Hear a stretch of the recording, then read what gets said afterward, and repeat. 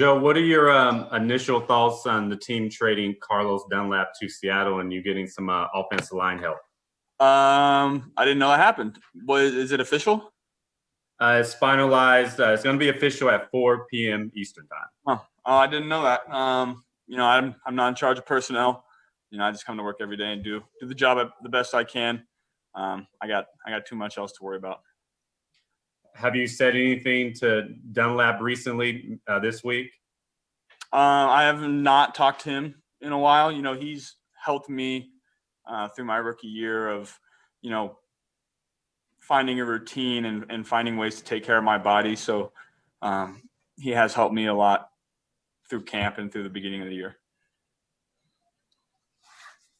Speaking of help, what will help you prepare for the Tennessee Titans this week? Come to work the same way I always do. Watch film, practice hard, tweak little things in the game plan, little things in my game, and continue to work hard. Is there any one thing that you might have uncovered the last couple of weeks that you think would be a benefit to you? As you say, any one tweak stand out to you? Stop turning the ball over. 3 straight weeks with a turnover is not like me, and that's something that I'm looking to correct. Your early film study of the Tennessee Titans defense, what's jumped out at you, Joe? Very opportunistic. Make a lot of, their D line wreaks a lot of havoc with, tip balls, interceptions, sacks, fumbles. They're a very opportunistic defense. Looking at their red zone numbers, they're allowing a touchdown better than 4 out of every 5 red zone opportunities. I mean, they're struggling on third down. They're struggling in the red zone. They're struggling. Does it look like that to you when you watch the tape, or is that kind of surprising when you saw the numbers after looking at the tape? I hadn't heard those stats yet. I haven't dived into red zone yet. I've just kind of skimmed through some games. So red zone day is Thursday morning for me. How about third down? You've done any situational stuff? Third down is Wednesday morning or Thursday morning as well for me. Okay. Joe, we've talked a little bit about Zach and y'all's meetings on Saturday nights and things of that nature, but in other ways, and what other ways has Zach kind of been hands-on in your development, and what's that relationship been like as he's kind of helped you through this rookie year? Zach's been really awesome. He really has. It's been, great for the cohesion in the offensive unit and for the relationship between quarterbacks, not just me, quarterbacks in the quarterback room, quarterback coach, offensive coordinator, Zach. I think we have a really good thing going. We're going to continue to build on it and start winning some games. But, Zach's an awesome coach, and I'm excited to be with him. Is there something specifically that Zach's doing that you really appreciate right now? I mean, he's just great at communicating what's going through his head. When he calls this play, here's what he's thinking. Call this play against this defense, do this, this, or this. So he's just great at communicating what he expects. And then, it's also a dialogue that, I'm comfortable enough with him to share what I expect from myself as well and from other players on the team, on the offense. It's just a great dialogue. That 4th and 1 seemed a little bit symbolic. If you can kind of humor an old school guy here, 4th and 1 in that situation, that's a hell of a play call. It seems like you had a lot of things going on there. Is that kind of symbolic of how you feel what you can do with that offense in all sorts of situations? Yeah, I don't know if it's symbolic. I think it was a great play call. We had sneaked it a couple times early in the game, and I'm sure they were expecting that. And then Gio did a great job with his motion of getting himself open. That's just, a veteran player making a heads-up smart play on a critical point in the game. We'll see. What did you guys talk about the timeout before that? Whether we were going to sneak it or whether we were going to call that play. We went with the little motion play, and it worked out for us. Joe, how fortunate do you consider yourself that your position coach, your coordinator, your head coach have all played the quarterback position? I mean, that's not, that's kind of uncommon. I mean, there's not a whole lot of times in the NFL where across the board, all three positions there have played quarterback. Do you consider that a big help? I do, yeah.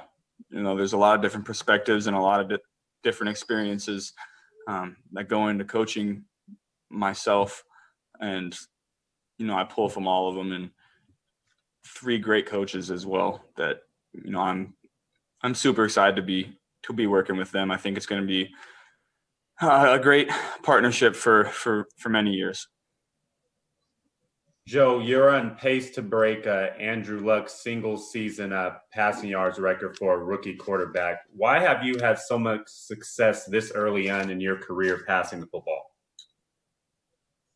I'm not sure. We have great players and great coaches and great scheme. I just get the ball to the open guy and let them do the rest. But, we're worried about wins around here. We're going to start getting some wins and finishing these things off. Joe, what does it take? What will it take to finish it off? You've finished a lot of games in your career. What's the ingredient that hasn't been done quite enough to finish games off, do you think? It's one guy making one extra play. We're so close in all these games that, if one guy makes one play down the stretch, we win a lot of these games. So they got a guy over there. Oh, okay. Go ahead, Jay. I was going to say, you've been pretty effective at getting defenses to jump by mixing up the cadence and the hard counts with, possibly 3 new linemen in there this week. Is that something you have to be mindful of and maybe dial back a little? That's something I'm going to mix in all the time. And, we're professional athletes that do this for a living. We're going to have to change up the cadence on these guys. They have Jadeveon Clowney, Jeff Simmons that are some of the best pass rushers in the league. We have to be able to mix up the cadence to help those guys out because, those guys are too good to just go on one every play and let them time up the cadence and rush the passer. Price and Fred Johnson came in with about 3.5 minutes to go in the half last week. And on the next 4 drives, 3 touchdowns and a field goal. The only time he didn't score was on the one play Hail Mary at the end of the game. How significant was that for those guys to come in, to have, subs in on the offensive line and not miss a beat? It was awesome. I didn't even know when they came in because they were playing so well. There was no drop off, and that's credit to those guys' preparation. They were ready to go. When you're a backup O lineman or a backup anything, you never know when your number is going to be called. And those guys obviously prepared all week to be the starter and were ready when their number was called to go in the game and execute the offense. 2 more minutes with Joe, guys. Joe, I know So they got a guy over there. The Titans got a guy over there. He's about 36 years old, Jonathan Joseph. How does he look to you on tape? He's obviously a good player. He's been playing for 15 years, I think. Right. Veteran guy that has seen a lot of different route concepts and will play accordingly. He's a good player. Joe, you've always been effusive in your praise of your offensive linemen. It's a smart thing for a quarterback.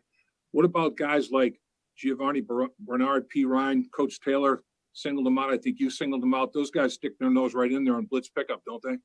They really do. And, the thing about, Gio doesn't get a lot of shine because of the role that he plays on the team, but it's, in my opinion, might be the most critical role on the team. He's a great leader, talks to us before every game, goes in, does his job on 3rd down, gets blitzes picked up, and then, when he gets in the ball in his hands, he makes plays. Those are the guys that you love playing with and the guys that you love working with. One more question about the Carlos situation, Joe. Now that the trade is done, is it good for the rest of the team just to have the questions, the distraction removed? No, I don't know. We're going to come to work every day like we always have and continue to work hard, practice hard, and try to win these games. Some of the numbers you've put up, there have been some pretty heady names, next to them. I'm wondering if that's kind of raised your eyebrows at all. Some of the names that you've been lumped with here with these, with the stats that have surfaced over the first 7 games. Some of the guys that you're matching. Yeah, honestly, I'm not even sure the names or the stats or anything like that. I'm just focused on winning games. Stats are stats. They obviously sometimes they mean something, sometimes they don't. We're 1-5-1. Obviously, they don't mean too much. One last question for Joe. Joe, you are a football, junkie and addict. You love the game, preparation. You love the grind. when you're not at Paul Brown Stadium, how much of your day, the rest of your day, is consumed by football? Are you able to like put it aside for a while and do something else? Or are you a guy that's always football all the time? That's a good question. Obviously when there's football on, I'm watching football. So Monday night, Thursday night, there's a Tuesday night game a couple nights or a couple weeks ago I was watching, but I do try my best to get away from it for 1 or 2 hours a day. When you first get home, you're still thinking about the reps in practice and the game plan and what you can tweak and, hey, what if we run this route, or what if I do this cadence on this play? But right before bed, I try to clear my mind a little bit just so I can sleep and have a good night's rest, because that's also critical to get your body right.